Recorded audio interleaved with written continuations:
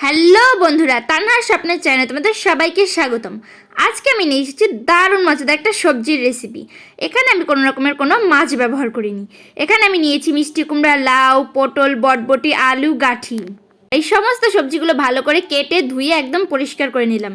তারপর আমি চুলোতে দিয়ে দেবো পেঁয়াজ আর কাঁচামরিচ, দিয়ে ভালো করে আমি ভেজে নেব। ভালো করে ভাজা হয়ে গেলে ওর ভিতরে দিয়ে দেবো রসুন বাটা আর সামান্য একটু পানি। তারপর দিয়ে দেবো হলুদের গুঁড়ো, মরিচের গুঁড়ো, স্বাদমতো লবণ, দিয়ে মশলাটাকে ভালো করে কষাবো।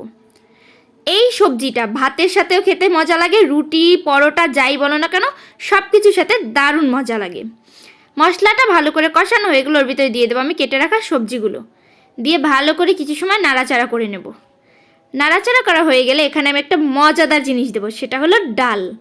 হ্যাঁ, শুনতে অবাক লাগছে, কিন্তু ডালটা দিলে আরও বেশি স্বাদ লাগে। এখানে দিয়েছিলাম মুসুরির ডাল আর মুগ ডাল, দুটো কিছু সময় ভিজিয়ে রেখেছিলাম, আধা ঘন্টার মতো ভিজিয়ে রেখে তারপর ওটা দিয়ে দিলাম। দিয়ে হালকা একটু পানি দিয়ে একদম ভালো করে কষাতে হবে। কষানোর মাধ্যমেই যাতে সবজিটা 50% সিদ্ধ হয়ে যায়। কষানো হয়ে গেলে ওর ভিতরে দিয়ে দেবো ঝোল। ঝোল দিয়ে ঢেকে রেখে আর কিছু সময় রান্না করে নেব। এটা রান্না হতে থাক, তার পাশে আমি বাগারের জন্য পেঁয়াজ আর রসুন ভালো করে তেলে ভেজে নেব, একদম কড়া করে।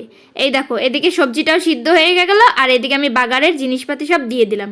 তোমরা এখানে কয়েক টুকরো শুকনো মরিচ দিয়ে, তাহলে জিনিসটা আরও বেশি স্বাদ হবে। আমার কাছে ছিল না তাই আমি দিতে পারিনি। তারপরে আরও কিছু সময় নাড়াচাড়া করে নামিয়ে নিলাম। ব্যাস, আমার মজাদার সবজি রান্না রেডি। জিরার গুঁড়ি দিয়ে নামিয়ে নিলাম। দেখো ফাইনাল লুকটা এত সুন্দর হয়েছে, আর খেতে তো জাস্ট কোনো কথাই না, অনেক অনেক অনেক মজা ছিল। তোমরা অবশ্যই ট্রাই করো। ঘরে যখন নানান রকমের সবজি আনে, ওই সবজি থেকে কিছু কিছু সবজি রেখে জমিয়ে এই খাবারটা ট্রাই করো। এটা খেতে অনেক মজা ছিল, অবশ্যই ট্রাই করো। আজকে এখানে বিদায় নিচ্ছি, দেখা হবে নতুন কোনো ভিডিওতে।